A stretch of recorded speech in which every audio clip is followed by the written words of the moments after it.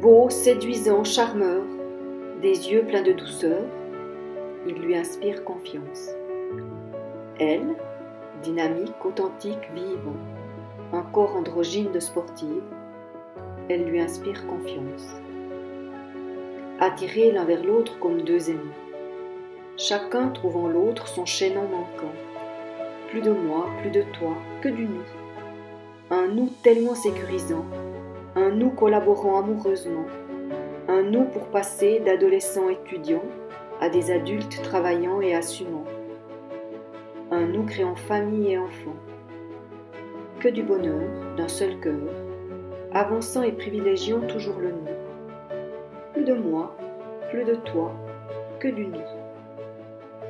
Et un jour, le lui qui s'étiole lentement, discrètement et silencieusement dans ce nous étouffant, part à la recherche de son soi, dans un autre nous où il croit qu'il pourra enfin déployer ses ailes sans fin. Et leur nous est sans dessus-dessous, de n'avoir pas su, de n'avoir pas entendu les cris de détresse de leur soi coincé dans cette forteresse de gentillesse.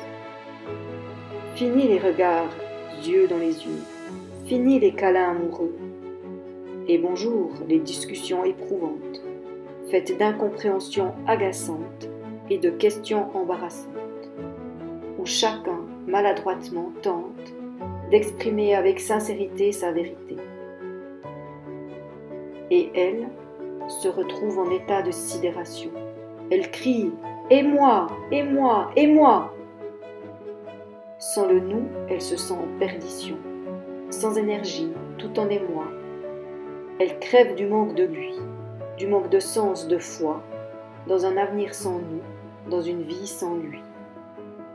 Et puis elle comprend que nier son soi pour faire du nous est aliénant et tue gentiment, que chercher chez lui l'amour, la sécurité, l'énergie, qu'elle ne trouve pas en elle, est une illusion, un mirage, qu'elle avait mis dans ses bagages pour nourrir artificiellement son estime d'elle-même.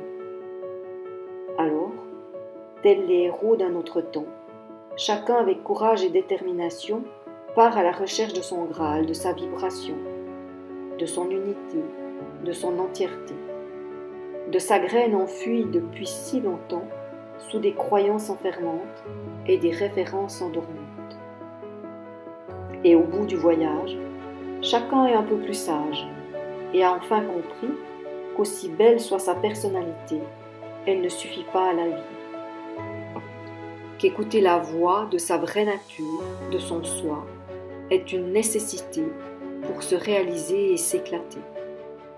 Naît alors un autre nous, où elle et lui expriment avec authenticité leur soi retrouvé et plein de créativité. Un nous joyeux, où un oui est vérité, et non un pare-feu au conflit et à la contrariété. Où l'espace du nous permet à chaque soi de se déployer, de grandir et de s'épanouir dans l'amour et la joie.